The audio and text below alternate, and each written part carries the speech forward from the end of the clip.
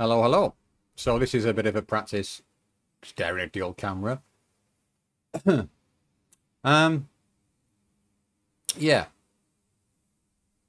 What was I rambling on about last time? Several different things I've been talking about recently. But what I really want to sort of get into today is more of a kind of a brief sort of synopsis of why I find philosophy interesting and how I found it useful, that kind of thing. And it begins from a peculiar start. I think I might have mentioned this before. Like basically, when I was, teenager, I was creating my own world, creating stories. I wanted to create my own world, my own environment, proper world building. And as I went through these stages, I then started to realize that I didn't know much about what I was writing about. How does a language come together? How do languages function? In fact, this actual very copy here, Aristotle's Politics, I bought a hell of a long time ago. I think I was maybe sort of 16, 17 years old, sort of late teens, and that was part of me trying to figure out how to make sense of the world that I was building in my head and trying to squeeze some of those ideas into it. Yeah, this one as well as this one, I bought them pretty much on the same day, I believe. Oh no, I think it might have just been this one. I could be lying. I think it was actually just this one. But anyway, yeah. So, and I didn't read them all the way through at the time, especially the Republic. I remember I sort of skimmed through different passages of it here and there and everywhere, just to sort of develop some different ideas about the world I was building and different societies. It's a world full of different cultures and such. And then I started asking myself more questions about cultures.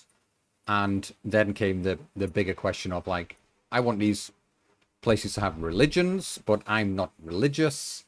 And so then I came to look into what religion was, and it got me thinking on a more deeper level.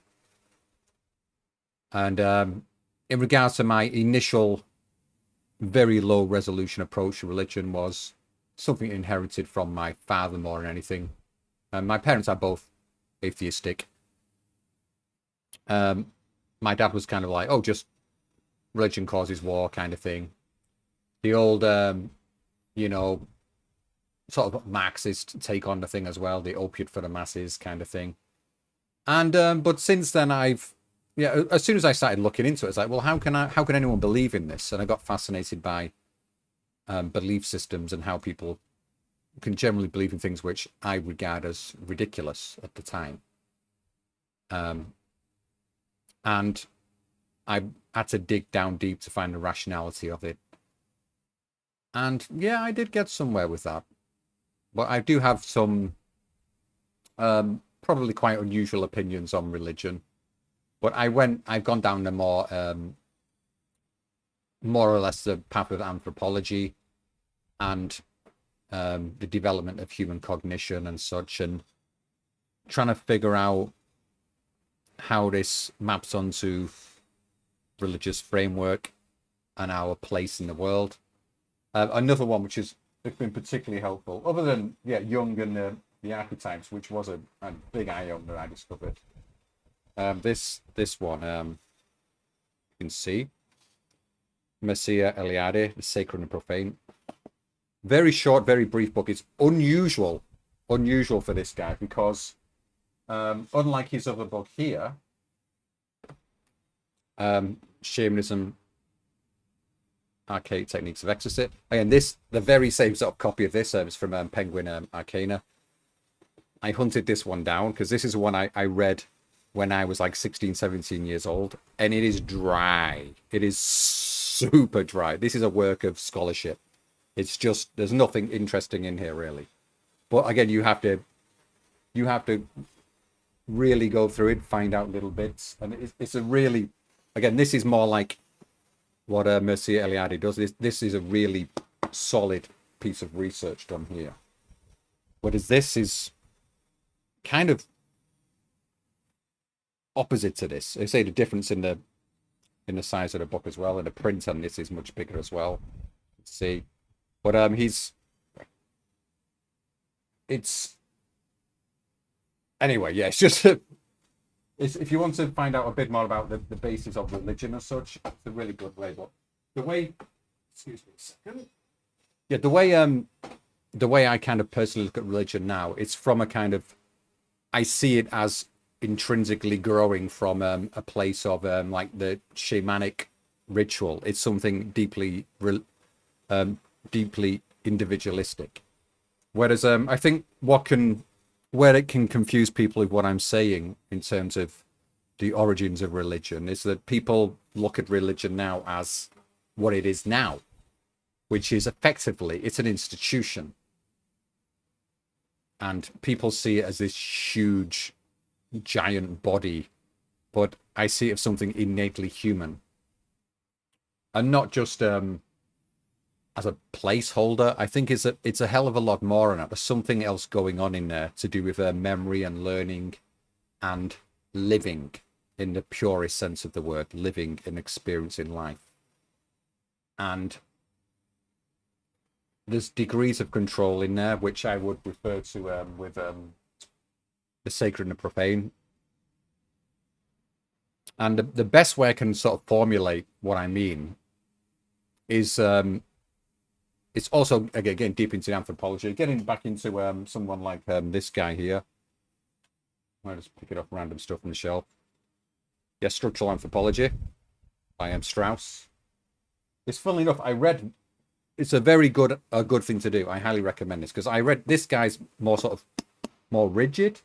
The Sacred and Profane was more of a bit of a personal basis thing, and then we've got another one on the opposite here, which is Goetz, who does give it an extremely interesting definition of religion, which ironically, I would say is more of a definition of what it is to be human rather than to be religious.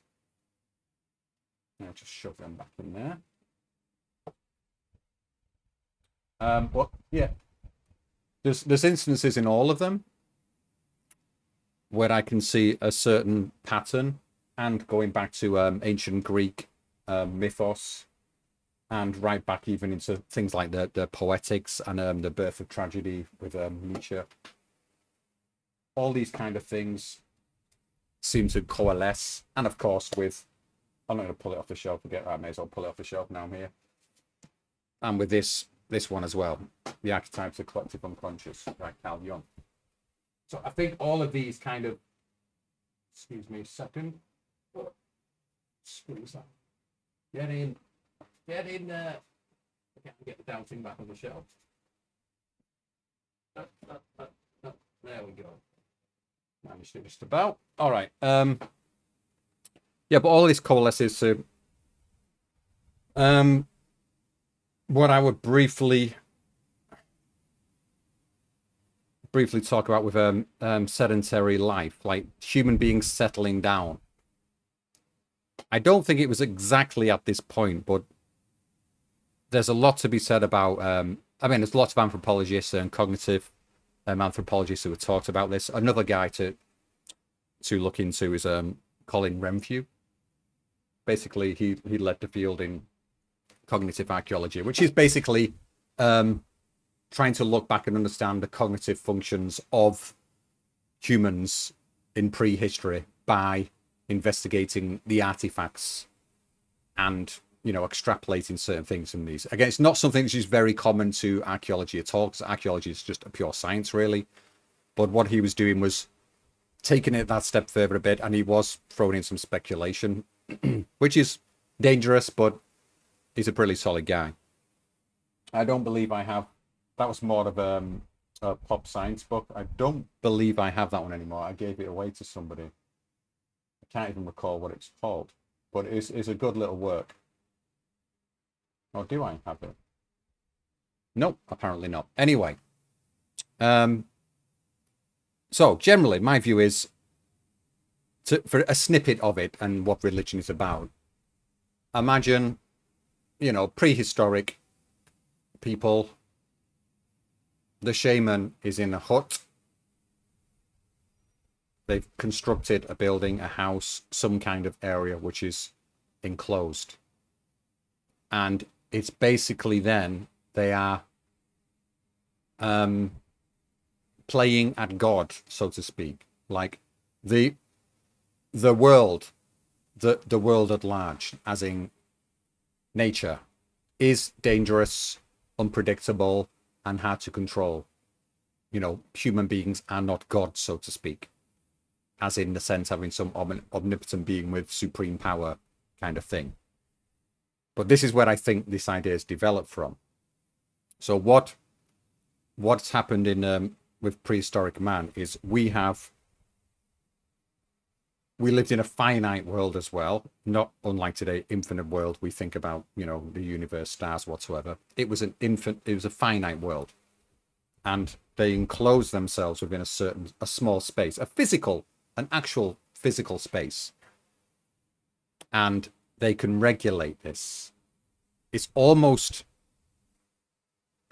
like showing our inherent sort of scientific nature. We cut off nature, we create an area, and we see how we can control it, and to the degree that we want to control it, to regulate it to a way which suits ourselves.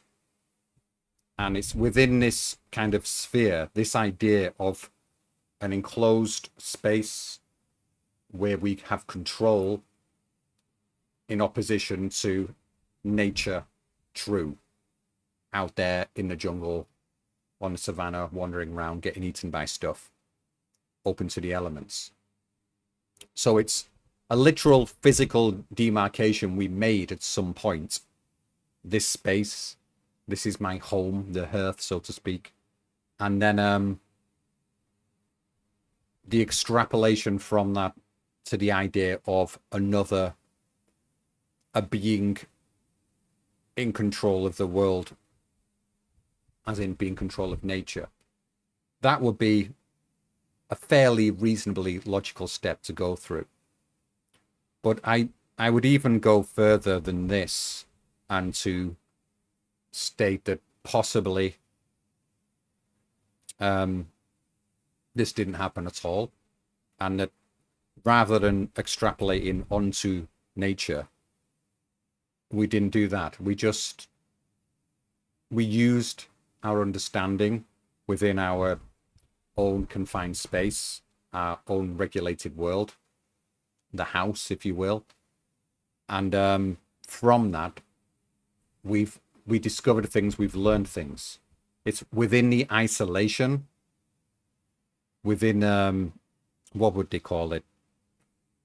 The Pyx, if you're familiar with that term, PYX, look that one up. Again, the hermetism, to be a hermit, which is, again, a very common feature of...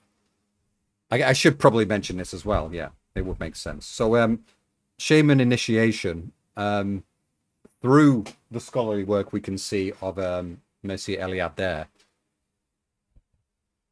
it shows very common features on a global scale, from Inuits, Eskimos in Alaska to Aborigines in Australia, Amazon jungle. There doesn't seem to be much cultural commonality between these peoples. Again, the possibility of people spreading around the world a lot and such, you know, we can't rule this out at all. But how disparate they are to each other kind of gives us an impression that something else is going on. And we do see certain common features popping up fairly regularly across the globe. Some have been culturally interchanged for sure, we can see that. But it's figuring out what has and what hasn't. But anyway, there's certain things we can see. The whole Hermetic tradition, like a hermit cutting themselves off and going into, you know, contemplation. Again, we can see this even followed through today in modern traditions and institutionalized religions. So as Buddhist monks, you know, fasting ceremonies, again, all these kind of things. But often a shaman would be initiated by... So I got some egg in my teeth. They would sometimes just go off and wander off into the wild. And they wouldn't see them for days, weeks, months. And then they would come back and they would be something else. So they've gone through some kind of trauma. I would say psychosis, more than likely, due to isolation and being cut off from other human contacts. But they've developed a different kind of sense and connection to nature. But then they've come back again and they've tried to replicate this kind of or trying to sort of pass on the knowledge and what they found in a way. That's not really explaining it very well at all.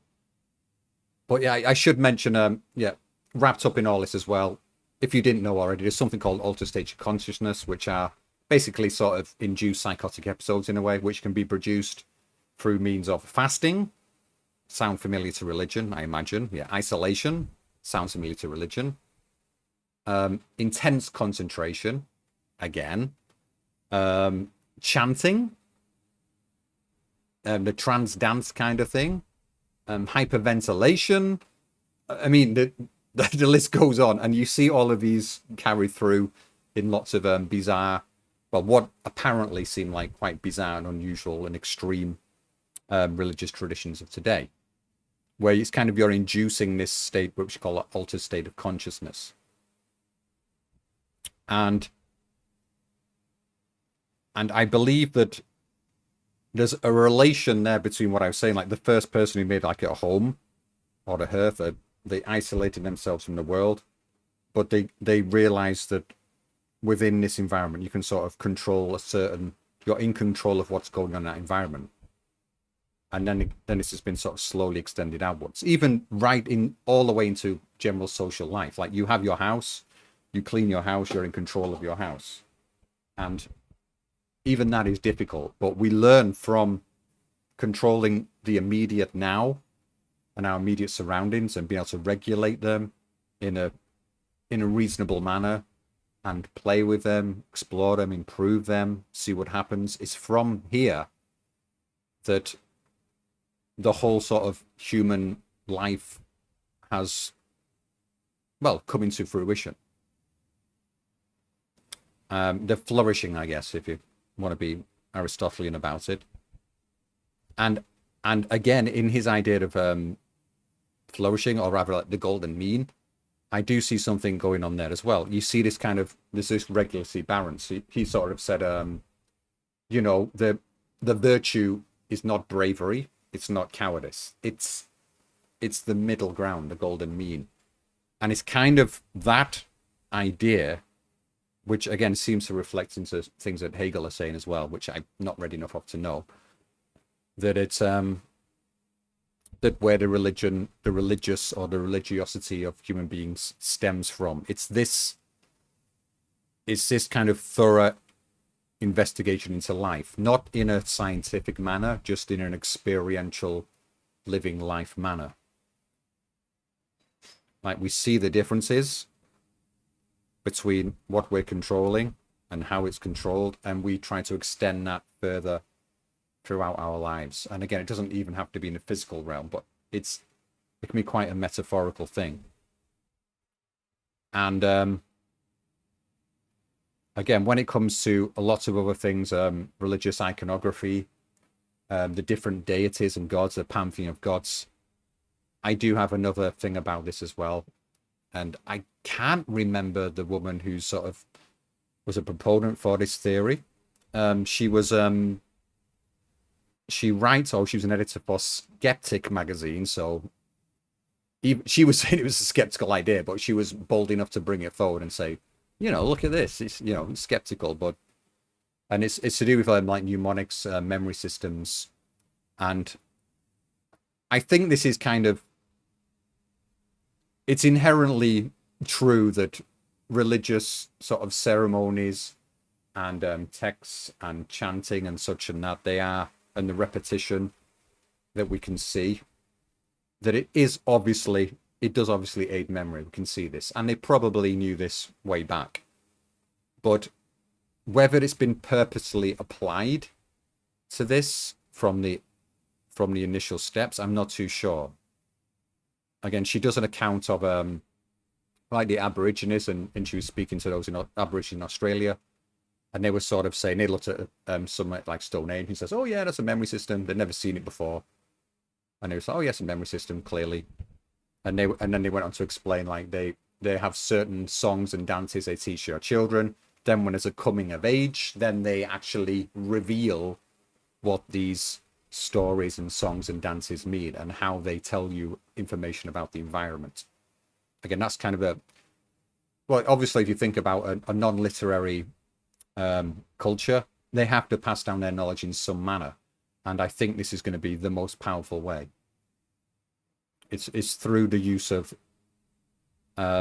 rigorous memory. And you can look back to one of the oldest stories in time. Is it the oldest story, I think, recorded to date? The Epic of Gilgamesh. And even in the Iliad, if you read that, it's just repetition, repetition, repetition. And the reason for this is obviously going to be that a good way to learn things and to hold them in memory is through repetition. And so you see things repeated again and again and again. And a lot of people find that really difficult to read in the modern day because we're used to just rather shallow sense of entertainment, I would say, in many ways. And again, this does feed into many other topics to do with what Clifford Geertz found when he went to study in Bali. And there's some interesting stories there. I've been to Bali a few times now. I've never got to see the actual proper traditional ceremonies he was talking about. I don't even know if they still exist anymore. I imagine they do because they have held onto their culture pretty well in Bali. But yeah, there's a whole there's too much to go into it. But yeah, all I can say is that all of this come from me trying to write a novel. And again, religion's not an obsession of mine, I would say, but it's something it's intrigued me when someone believes something which doesn't make sense to me. It's like, well, at first my initial knee-jerk reaction, it's probably like everyone else's. Like someone says something, it's like, that's ridiculous. What are you talking about? But then you have to say, well, why are they thinking that? What has led them to think that? Is there any truth in this? It's being open enough to bizarre ideas, like flat Earth, which, again, it seems perfectly, when you really think about it at the lowest level, it's like when you stand out somewhere and it's fairly flat and you look into the distance, the Earth's flat. So relative to us, the Earth is flat.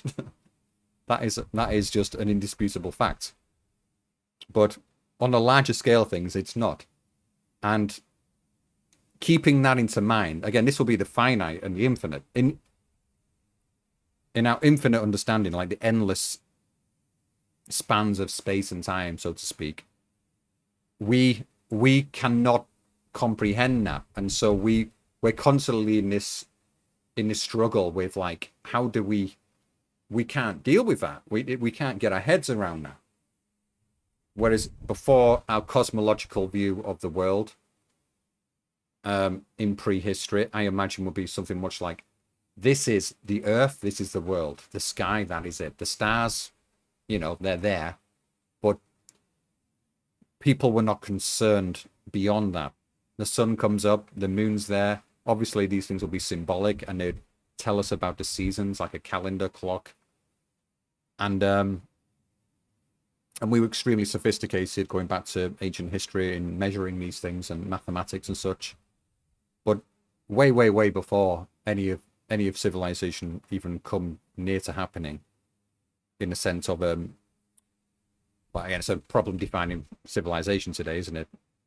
Well, in the sense of a system of passing on knowledge and an infrastructure, a decent infrastructure, skilled labor, that kind of thing, sedentary living. But anyway, where was I? What was I saying? Yeah, the cosmological view. So it was a finite world. It wasn't like what lies beyond our world was not exactly much of a question. It's like you're living in the world and you're dealing with the world. It was immediate, finite world. But at the same time, because we saw the world as so small, it was still bigger than us. The edge of the universe to prehistoric man was perhaps the ocean, perhaps the mountains, perhaps the sky, it wasn't like they had a universal view of the globe or anything. But clearly, we don't want to presume too much because there's more than enough evidence to show that, like, Stone Age man was trading across vast distances. I mean, right across continents. So, but for the majority of people,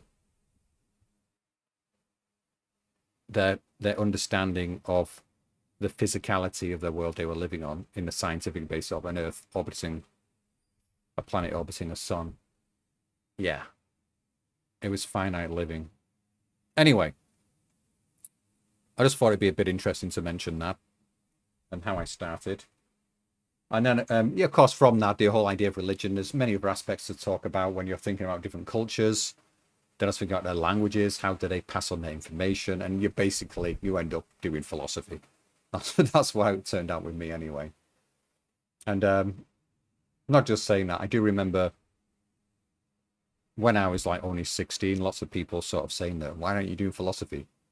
And I just thought it was ridiculous. But yeah, maybe I should have listened, hindsight and stuff. I guess I've always been doing it to some degree.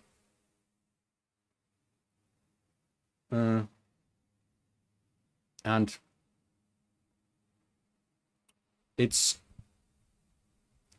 I wonder if it's a certain disposition people have, or if it's a human disposition which is kind of, we ignore or is beaten out of us, or through the education system. I'm not too sure. But if you like tackling questions without worrying about answering them, philosophy is a good way to go, I would say. You can, yeah, the age-old joke, I think everyone knows it in a way. It's like you answer one question in philosophy, you just produce 10 more. And it's that expansion of our ignorance, which I find exhilarating in a way. The more you know, the more you realize you don't know. And I like that. But I guess, is that how prehistoric man thought? Did they have a concept of knowledge in that sense? Knowing this and knowing that? It would be interesting some way in the future if we could find that out. It'd be so intriguing. It's like there's many things that people have said, we'll never know this, we'll never know that. Like one guy, one physicist famously saying, however long ago it was, we'll never know what the sun is composed of unless we actually go to the sun. But, you know, mass spectrometry, and now we know what the sun's made of. So maybe not completely, but it's inner depths. There's always more to explore, and that's what's quite interesting, I would say. Anyway, that's it. And yeah, I was hoping to do one of these videos earlier. I do want to do them quite regularly, a couple of times a week, but I do have an assignment for next week. So I might try and throw one more in. So I might just ease it off a little bit. And yeah, let's see how this looking at the camera has worked. It's a difficult job to do this, looking at the camera. And yeah, more ramblings will be coming. I imagine once I've done maybe... I'm scared to guesstimate. Could be a dozen more ramblings, 2 dozen more ramblings. I do want to start producing some kind of video that's produced purely for consumption. As in, you know, to teach something, to explore some ideas, give over some knowledge that I've accumulated. Or rather, not just give over the knowledge, it's introduce you to some ideas which you might not have considered, which could be interesting to you, hopefully in an entertaining way, which will grab you and inspire you. That's my aim here eventually, but a bit of a way from doing that yet. But I kind of like this little rambling away. It's more useful for me than anyone else, I think, and it's I think it's nice to show an honest face, as honest a face as we can, that is, and just trying to show a process of something happening in a very raw form. So I was going to make this video like 2 hours ago, and I was like, what am I going to say? And when I did this, I was trying to think of things to say. I kind of just decided to talk about, yeah, why I came into looking at religion and stuff. Seemed to be a decent idea. But yeah, they're going to be a bit all over the place, these ramblings. But I hopefully is genuine and interesting enough for people to engage with it a bit more. And hopefully I'm going to improve over time. Anyway, just a quick mention of previous videos. I will come and touch on them again. I might just do like a recap on what's going on. The whole idea of the learning thing.